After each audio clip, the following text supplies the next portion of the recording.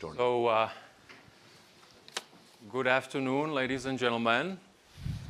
It's more gentlemen than ladies, but overall we have a record participation of women leaders here at the World Economic Forum. So I'm very happy about that.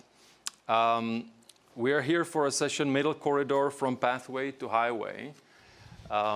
It's been a personal interest of mine, Central Asia, I have to say, and so I'm so glad that I think it's more in prominence now globally. Not only the economic, but also the political developments in Eurasia overall. I am here with a panel that could not be more august, I have to say, to discuss the future of the Eurasia region and particularly the Middle Corridor. So let me just first introduce you, because I want to make sure I do this properly. First, I am joined here by Ilham Aliyev, President of the Republic of Azerbaijan. A warm welcome. Thank you. If you can give them also applause, please. Prime Minister of Georgia, Irakli Garibashvili, welcome. Johannes Hahn, Commissioner for Budget and Administration at the European Commission.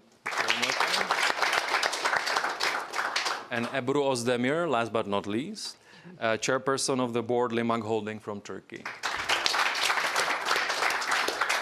So as you can see, we have heads of state and government from the region. We also have a key partner, Europe, the EU, represented here. And we are a platform for public-private cooperation. So I'm so glad to have Ebru here as well. And from the private sector perspective, and also, of course, Turkey plays a major role in the Middle Corridor as well. Before we go into the dialogue, let me just say a few words about the context. First of all, obviously, in less than 4 weeks, we will have the sad anniversary of the invasion of Ukraine by Russia. And of course, there is the immense human suffering this has caused in Ukraine. It has also created, or actually shattered, existing certainties on partnerships, economic interdependencies, and security. So Eurasia has been affected. Some of these certainties has been shattered, shifted, modified, if you will. And I know from the conversations with many of you that you've been dealing with that actively. You've been on the front foot of many of those. But it has also led to this reinvigoration of the concept and the implementation of the Middle Corridor. The Middle Corridor is not new. Those of you who follow Eurasia, Central Asia, the Caucasus closely, you know it's been there. But there has been, now it's in a sharper focus, and there is a lot of activity around that. Now, obviously, it's a commercial trade opportunity. But of course, it's also about integration. So hopefully, it's also about shared prosperity and more peace and stability. It's also about resilience of supply chains, diversification of supply chains for Europe in particular. Now, just to set it in further perspective, we, I think, all know that the Northern Corridor, so if you look at the east-west trade route, the logistics route, the Northern Corridor has been disrupted. So there is a much less volume of trade in that Northern Corridor. And the Middle Corridor then has seen an important revival. The volume of cargo traversing this route is expected to grow sixfold to 3.2 million metric tons in 2022 compared to 2021. Now, the Middle Corridor still represents about 8% of the cargo volume shipped through the Trans-Siberian Railway. So just to set it in further perspective or framework, but we will definitely see a heavy increase.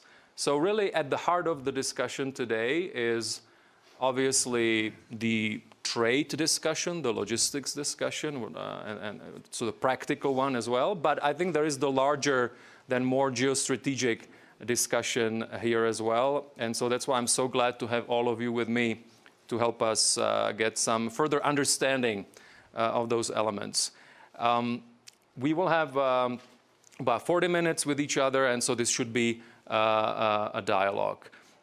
First, I would like to go to President Aliyev and Prime Minister Garibashvili.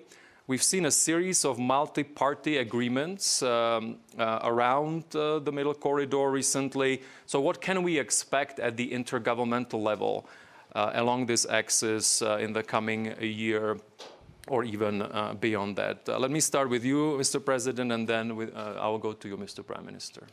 Thank you. I think one of the advantages of the Middle Corridor is that the countries which are involved in this huge project have good relations between themselves. I think this is one of the main prerequisites for success in any multinational initiative. Azerbaijan has excellent relations with its neighbors to the west, Georgia and Turkey, and to the east, Central Asia. And being a kind of a natural geographical bridge between east and west, we invested largely into transportation infrastructure in the previous years. Mm-hmm. And actually, all the necessary infrastructure facilities in Azerbaijan are ready to receive more cargoes. Our seaport, which has a capacity of 15 million tons, will be expanded, and already is a budget allocated for that, up to 25 million tons, because we expect a growing number of cargoes for particular reasons which you mentioned, the difficulties of transportation through traditional northern route. We already have seen the diversion of a large number of cargoes from Central Asia, and this is only the beginning. Mm-hmm. Also, I'd like to add that starting from this year, we started to transit oil from Kazakhstan, and not only from Turkmenistan, which already takes place for many years, with the potential to use this corridor also for hydrocarbons. Therefore, I think that we now need to have more closer cooperation between all the countries involved, Central Asia and the Caucasus and Europe, in order to work actively on customs administration, mm-hmm. to have more or less a single window approach, and on tariff policy, because we need to make this route not only attractive from point of view of absence of other routes, but attractive from a commercial point of view. And by the way, when we started our meeting, I noticed that we sit the same way how our pipeline goes. But I'm from Czech Republic. No. Pipeline starts in Azerbaijan. Except the moderator. Azerbaijan, Georgia, Turkey, Europe. We are working on a reverse flow. Great. Thank you so much. First, the macro picture from you, Mr. Prime Minister. First of all, thank you very much for organizing this panel. I think this is very important. And you mentioned the war in Ukraine. Of course, the war in Ukraine is catastrophic for the entire region. Of course, it affects us as well. And I think this war showed us that countries and nations need to diversify their economies. I think before the war, less countries paid less attention to the Middle Corridor. But after the war, the attention is growing and is increasing. So therefore, as Mr. President Aliyev mentioned, I also want to repeat that we have excellent relationship with Azerbaijan, with Kazakhstan, with Turkey. We have strategic partnership. And I think the chemistry is here, and this is the strong foundation to work together. What I also want to mention about Georgia, right now we are investing heavily in infrastructure. Mm. First of all, I want to mention that we are building highways, which will be completed by the end of 2024. We're spending like $2 or $3 billion to complete this highway. And of course, this will facilitate the transportation. Second, I also want to mention the ports. The ports capacity of Black Sea, of Georgia, is quite big, but I think we need to increase it. Therefore, I want to mention about one particular project, which is Anaklia Deep Sea Port. We have decided that the government of Georgia will start construction of this port. 51% of this port will be of this consortium that we want to build, will be owned by Georgia, by the government of Georgia. And of course, for the rest, 49%, we want to announce an international tender. And we are talking with many potential investors for this. So now why we are doing this, why we want to build this port. President Aliyev mentioned about the increase of capacity of Azerbaijani ports. I think Kazakhstan has the same intention. So Georgia has now capacity about around 550,000 TEU in Poti Port, around 200,000 in Batumi Port, but this is not enough. So that's why we want to implement this project. And third, I also want to mention that we are together with Azerbaijan, we are developing different initiatives. For example, I want to mention Black Sea submarine cable, electric cable, which is also very interesting. This we are doing together with Azerbaijan, with Romania, with Hungary, and this initiative is backed by the European Union. And in fact, we were in Bucharest in December, where we signed a memorandum. All 4 countries will invest into this ambitious, I would say, ambitious project. Mm-hmm. But this is very interesting. And therefore, we must be ready for the increased flow of goods. I also want to mention that this corridor and this route is the shortest route to connect Asia with Europe. For example, a train from China can come to Georgia within 15 days, maximum 20 days. So if you compare it to by sea, it takes 45 days, right, the ship. So therefore, this is a very interesting, very important corridor. And of course, all these countries are definitely motivated, determined to develop this corridor. 2 months ago, we were in Kazakhstan, where we signed, we agreed on the roadmap, how to develop this corridor and how to kind of lift and remove all the artificially created barriers, if such. So therefore, we are moving in this direction. And I'm very optimistic that we will have a bigger potential and all these countries will benefit from this corridor. Thank you so much. I'm just curious, would you mind between Azerbaijan and Georgia, if there is any kind of cargo, how does it go? How is the transborder transportation? So first we can imagine what it looks like now. First of all, highways, which I mentioned, and railway. Right now, the capacity of railway of Georgia is 25 million tons. Right now, we are implementing the modernization of railway. This will be completed by 2024, by the end of 2024. And the capacity will be about 48 million tons. Mm-hmm. Besides that, together with Azerbaijan, we are now building a Baku-Tbilisi-Kars railroad. Mm-hmm. In fact, several months ago, Azerbaijan provided additional funds to complete this project. Mm-hmm. So this project will also be ready by 2024. Mm-hmm. This is another 5 million tons of cargo. Nice. So these are very strategically important projects. I also want to mention the relationship between Azerbaijan and Georgia. This relationship is tested, reliable, trusted. We have implemented together very important historical projects, such as the oil and gas pipelines. So now this railway project and many others, which will come in the future. Thank you so much.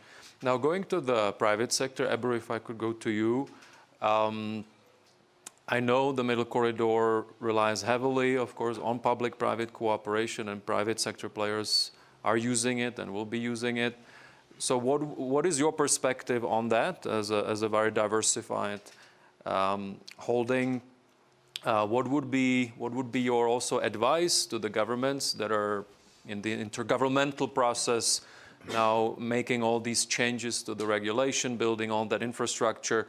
What would be your advice or even your suggestion in terms of some of the things that would be particularly useful to private sector players to start using it more? Okay, thanks for the opportunity. And Mirek, I just want to take 30 seconds of what you have started about the women leaders.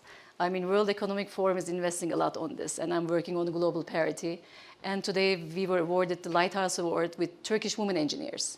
And actually we are taking it to global women engineers. And for this important infrastructure project, we'll definitely need a lot of engineers, whom I hope 50% will be women to work.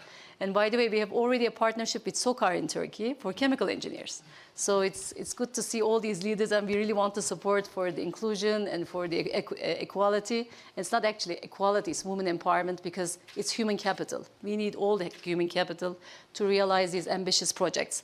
So in a nutshell, what does private sector looks? It has to be feasible. So this corridor is faster, it's shorter, it's more climate friendly. And more than that, I mean, as Mr. President and the Prime Minister said, there's a big cooperation, friendship among the countries so that we can work together. I mean, if there is this high level of cooperation, it's easier for the private sector to work. So I think the fundamentals are there. And Turkey has invested a lot on infrastructure for the past years. I mean, we've done even ourselves, we have a port in the East Med, we got the oldest port, Iskenderun port, we made the newest port. The highways in Turkey is unbelievably modern. Now, of course, we are investing in rail. So railroads, I think, is the least developed yet. We have, in Turkey, we have done the Kars-Tbilisi project in 2017. Now we are investing a lot on railroads, especially signalization, because from the sustainability perspective, we need railroads. It's going to be faster and cheaper, definitely. I mean, the element needed in this corridor is the railroads. As Mr. President and Prime Minister said, I mean, the ports are already been invested. Now in Turkey, the highways are ready. We just built Çanakkale Bridge as one of the gateways to Europe, which connects Anatolia to Europe. And this is the longest span bridge in the world. And as private sector and as a PPP, I chaired this project as a chairperson for 4.5 years. But we built the longest span bridge in the world in 4.5 years in Turkey on a PPP basis. And the investment amount was not low, it was $3 billion. So what I mean is the infrastructure can be really built in a faster and a very effective way in a very short time. So we should not be afraid like, okay, you know, this corridor will not be built or so. I mean, with the government support and with the private sector deliverables and the speed and effectiveness, I think this will be realized.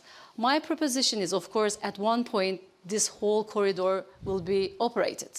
And there should be a governing or an operational body, maybe like a company or so, which should be definitely private sector influence as well. And the other important thing would be, of course, the tax and the customs. Still, I feel like, I mean, working in 14 different countries, I feel like the customs is the least developed in the world. So this system definitely should become more viable, more faster. And the other thing probably would be the currency.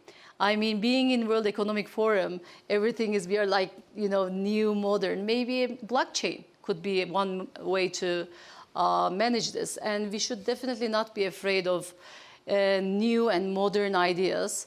But I think this collaboration, Mr. President, our country's President and Prime Minister, will be able to manage this corridor as fast as possible. And I think we need this alternative route in today's globally complex environment. Thank you so much. I think this structure of how it will be all operated is quite an interesting one. I would love to then come back to the President and the Prime Minister if they have any ideas already. But Mirek, can I add one more thing? Please. From the private sector point, I forgot something. Everyone says that, I mean, as Mr. President said, it's like a transit, but it's actually not going to be a transit thing. I mean, it's more the countries that is on the route will benefit from that. As we see, our side of the world, Turkey, Azerbaijan, Georgia, is growing enormously, and we are doing a lot on this side of the world. So this means, from the private sector point, this corridor means logistics centers, depots, storage units, a lot of private sector involvement. So by this way, actually, all the businesses will benefit as well. So to see this corridor just as a transit, I think will be misleading. I fully agree. I actually also wanted to ask about how we can use that as a market. No, absolutely. So before I return to the heads of state and government we have here, if I could go to you, Commissioner Hahn. Eurasia and the Middle Corridor has emerged as a clear strategic priority for the EU. So just for us to map the involvement of the EU right now in this new development of the Middle Corridor, could you describe to us what is the involvement, what are the instruments of the EU vis-à-vis this project specifically and in Eurasia in general, if you can? Well, first, I'm grateful for your very last comments, because my first point would have been that we are speaking about a corridor and not about a tunnel, which means a corridor has rooms left and right. Yes. And this is why I fully agree that the so-called corridor has a huge impact on the economic development in the region itself. Yes. And I fully agree this is at least equally imminent to the entire, let's say, strategy. Because from a European perspective, it's not only about guaranteeing the supply chain and everything, but also for having peace and stability in our neighborhood. And of course, the South Caucasus is a region. I mean, there are two countries, but the region consists at least of three. And I think this is also something we should not forget. But important for us is, again, to create peace, stability, economic development, and therefore any kind of engagement, any kind of economic development is contributing to more stability. And as in such an initiative, there are many participants and beneficiaries, starting from China, if you like, ending in Europe. I think the more are involved, the more it also contributes to stability, to what we see, what we call multilateralism. Multilateralism is nothing else that the global order should be based on rules, on agreements and contracts which are mutually respected. So this is, from a strategic political point, something very important. I wanted to stress this because very often this corridor debate is reduced to the supply chain and the delivery of oil and gas, and that's it. But there is a wider dimension, and I think this is something we should not forget, and this is something which leads us. That's why we have developed, not only for this part of the world, for this initiative, this Gateway project, where we consider, so to say, the engagement with partners around the globe, where we believe it's important to have a closer cooperation with us. Having said all this, we have a set of, or a toolbox of possibilities concerning the financing. I think this is in principle well known. We have our investment banks, we have the EBRD, etc. We offer also guarantee schemes, so there are a lot of possibilities. The issue from our perspective is a little bit that we have different, let's say, contractual agreements with the countries in the region, because it's finally the choice of our partner countries which kind of contractual arrangement they are looking for. So, for instance, with Georgia, we have this deep and comprehensive free trade agreement. Azerbaijan has chosen not to have such an intensive kind of cooperation. Of course, this is something we have to respect, but in terms of talking about custom fees, etc., it started to make a difference, or could start to make a difference. But this is something which is there. We have to see how things evolve. We are talking so much about regional economic zones or areas. Why not also in this region as a future perspective? Once again, bottom line, Europe is very interested in this kind of development, even more due to the war, but already before the war, as for the reasons I have mentioned. And that's why we are very much committed and ready to engage, even probably more than it was in the past. Can I just have a follow-up question, Commissioner? because it was such a disruption, and let's face it, this axis is now even more strategic than before, and Europe has reacted to that disruption of Russia's invasion of Ukraine with new tools or bolstered tools. So to your knowledge, has there been an increase in using the tools in Eurasia, the EBRDs, the EIBs, etc., or is it more a continuation of what was there before? Is it more long-term? I mean, it's not, I would say, a boom, but you can really see an increase of using the possibilities. And I have to say that, for instance, my colleague Josep Borrell, the High Representative, is paying a lot of attention to the region, is visiting very often the region, participating, organizing events, clearly an expression of our specific focus on this region, once again also for our own interest, of course, and security and economic interests. Thank you. If I could go back to you, Mr. President, and then also to you, Mr. Prime Minister, on the governance of the project, if you can share, if there are some ideas in the future how it will look like, and then also on the market. So what are your thoughts about how this is, of course, not only a tunnel, but it's actually an ecosystem maybe that is benefiting and maybe creating a new regional market? Yes, I fully agree with the comment of Madame Ebru, because really she was very right to say it's not just a corridor, and as Commissioner said, it's not a tunnel. And we have big expectations. Of course, becoming a transit country in the sense of today's reality is important, but for us the most important thing is jobs and local production. Mm-hmm. For that purpose, we are working very hard on diversification of our economy, and we think that the transportation not only will be helping us to diversify our exports, so we will export the services, but at the same time being en route on the middle corridor, at the same time being en route of the corridor north-south, creates additional opportunities for business in Azerbaijan. Soon there'll be inauguration of the free zone in Baku, which is just next door to the seaport. And we hope that this free zone will be a place of manufacturing and a place where companies will find itself appropriate to invest. Improvement of business climate, of course, is one of the main factors of success, because all the countries in the world, even the most developed, they need additional investments. And here, only business climate, of course, is not enough.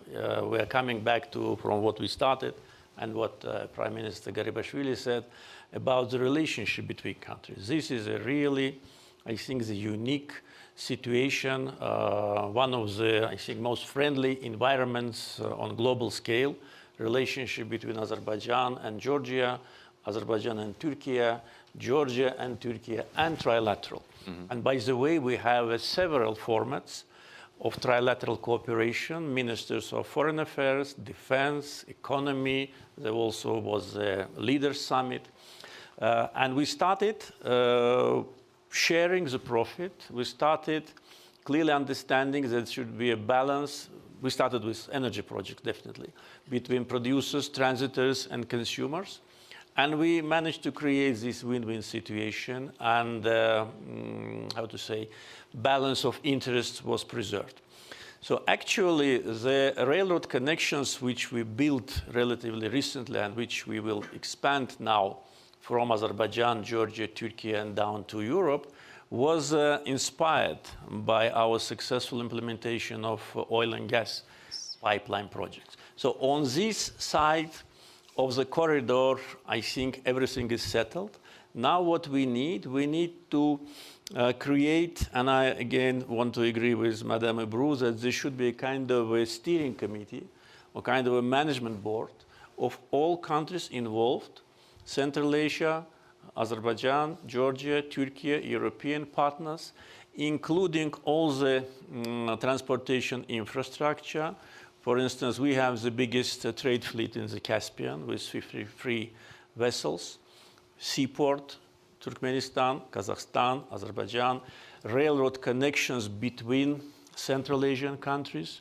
Also, you know, they're not well connected between themselves. And there are new projects, for instance, project which China is now initiated, the China-Kyrgyzstan-Uzbekistan railroad project, which eventually will come to the Caspian and then further down in our direction. But also important is to work not only on transportation and advantages of East-West, but also West-East. So far, the most attention is how to bring cargoes from China, Central Asia through Caspian to Europe, but we need also to think how to have the cargoes in opposite direction. And for that, of course, the business climate in opposite directions should also be in line with our targets. Thank you so much. Same question to the Prime Minister. Thank you. Georgia has one of the best investment climates. Right now, we're number 7 in the world in terms of doing business, ease of doing business. Besides that, we're among top 10, 20 rankings when it comes to economic freedom or many rankings. So therefore, there's a big potential to invest and do business in Georgia. I also want to mention that we also have 4 free industrial zones.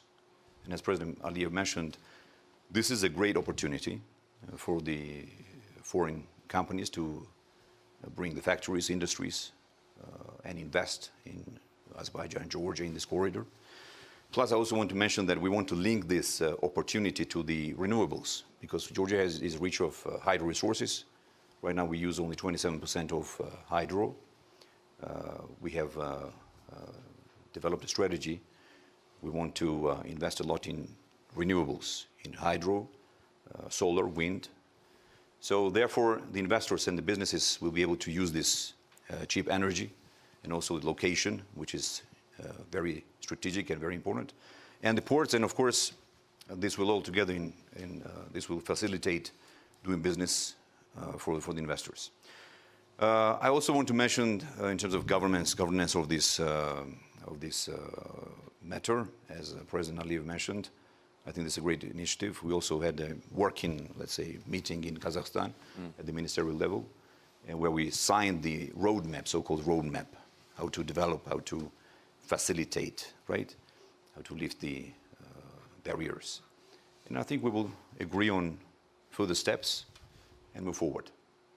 The plan is that we want to, the initial roadmap that we already agreed on is 2022, 2027. So in this time frame, we should prepare the corridor. Thank you so much. Ebru, if I know you're not in the government, but just since you are from Turkey and Turkey plays such an important role, so if you know, what would be the footprint of Turkey right now along the corridor, and do you see some areas where Turkish company, your company, or other specific sectors where you want to go, not along only the corridor, but in the market of Eurasia? Where do you see the possibilities? So, as I said, we are a construction infrastructure company. I mean, there's going to be definitely a lot of infrastructure needs here. The rehabilitation of the railroad is definitely a must. The ports, the highways, and so forth. So these could be definitely built by companies from Georgia, Azerbaijan, and Turkey. But on the operation side, when this is built, then you will see that private sector looks for opportunities. And if the feasibility is there, private sector invest. We build a new airport in Istanbul. We build the Sabiha Gökçen Airport. As soon as the airport is built, suddenly we saw, the transfer centers around, logistics centers, free trade zones. So basically, when you reach or when you have the infrastructure, the private sector comes in. And I think that now Turkey, Azerbaijan, Georgia, our region, will be an alternative supply for Europe. I mean, this exports and this trade, we believe it's definitely going to increase. Turkey is now 90 million. I mean, it's a big market. and the same as Georgia and Azerbaijan, developing, our GDP is increasing. So this ecosystem will have its needs as well. As I said, it's not only a transit, but it will create its own private sector and its own needs, and we'll definitely see a big development there. And I'm not from the government, but I can say that Turkey definitely believes in this, as Mr. President said, win-win situation. And now one of the themes of the World Economic Forum is collaboration. I mean, I think this good friendship and this good relationship in this side of the world could create a very good example in this turmoil that the world is in. And if we could be able to definitely, build this infrastructure with the help of the private sector on time and as fast as possible, as we have already done in the energy. I mean, TANAP is one of the gas pipelines. We were involved as well. It was built in a record time. Bakü-Tbilisi-Ceyhan oil pipeline. I mean, it was built in the most efficient way, and it's ongoing, it's working very well. So the same thing can be built and applied in this corridor as well. Thank you.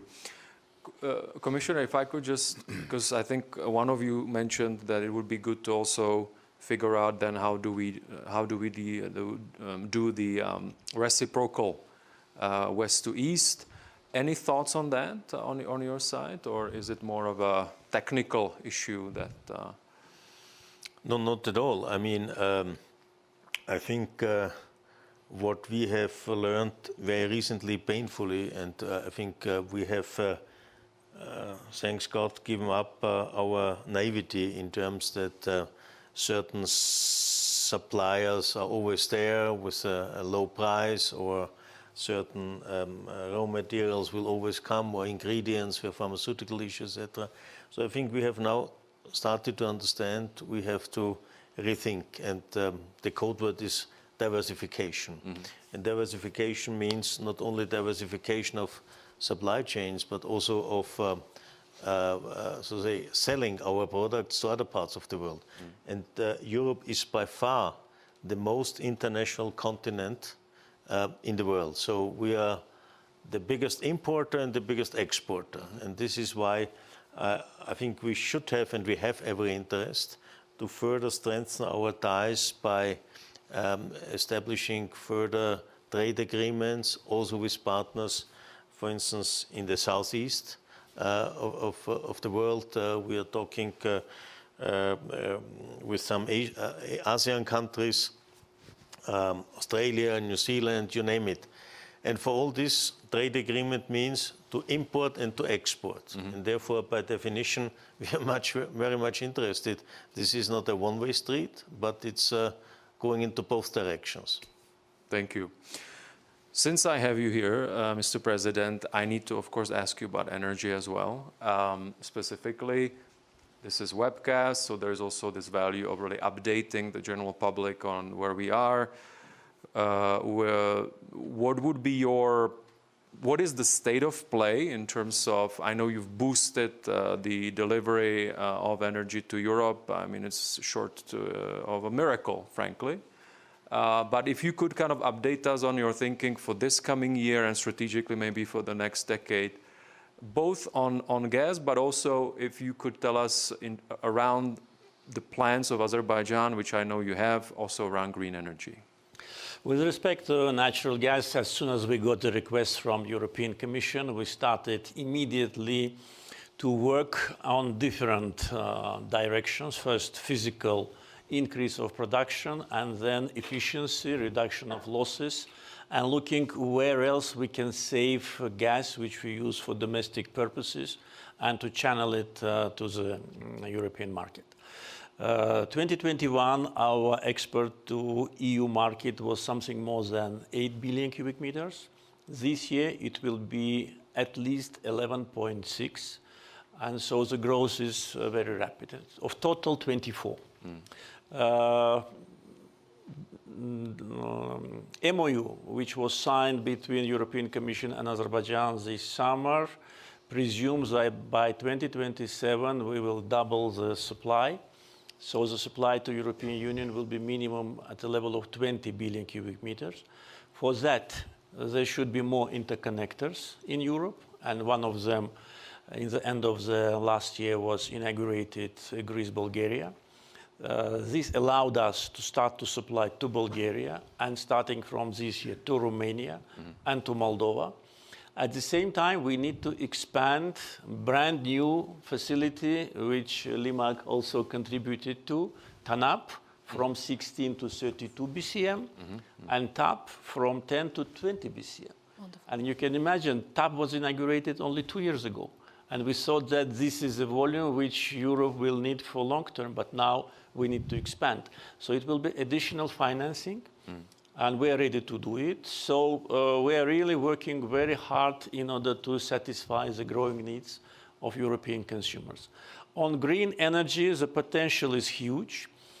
Caspian Sea wind potential is 157 gigawatts. Onshore potential is 27.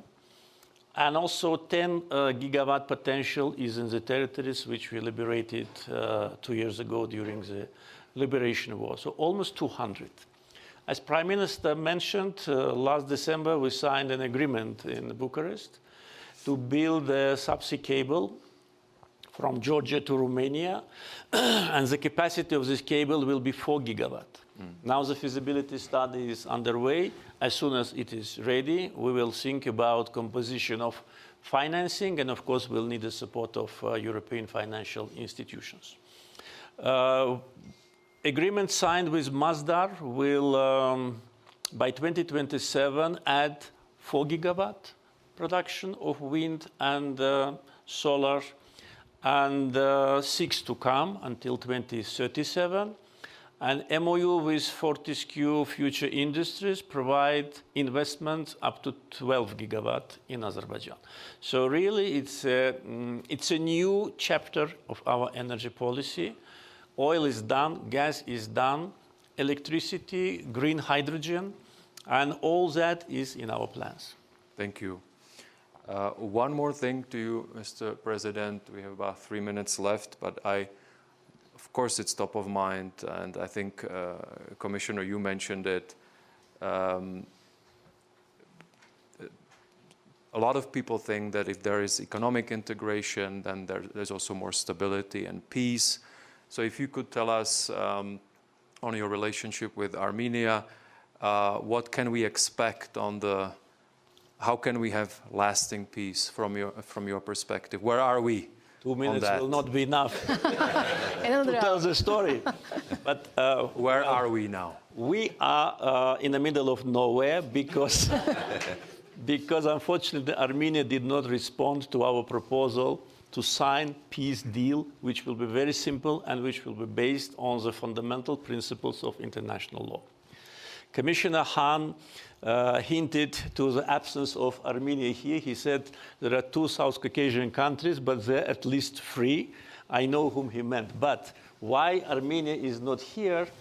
Because our proposal with Georgia to start trilateral format of cooperation was rejected by Armenia. I highly value the efforts of my friend Irakli Garibashvili, who hosted a meeting of foreign ministers of Azerbaijan and Armenia, and Georgian colleague joined. So our suggestion was for leaders to meet in Georgia, because Georgia always historically was a place where all the neighbors met, but Armenia is not ready for that. And this is one of the potential risks, because if 3 Caucasian countries unite their efforts in energy, transportation, security, stability, border delimitation, the region will be much safer. Thank you so much. So I'd like to close the session with Mr. Prime Minister, also on this. So if you could give me your perspective on how we can get to long-lasting peace in South Caucasus, sure. But also if you could, because I know you've been, of course, on the ambition regarding NATO and the EU, so kind of the geopolitical outlook also for your country. Well, first of all, regarding the relationship between Azerbaijan and Armenia, Georgia is truly a neutral, unbiased, objective mediator. What President Aliyev mentioned, this is truly our interest to organize such a meeting, trilateral meeting, because this region belongs to us, belongs to Azerbaijan, Georgia, Armenia, And we can transform this region into a region of opportunities, peace, stability, and prosperity.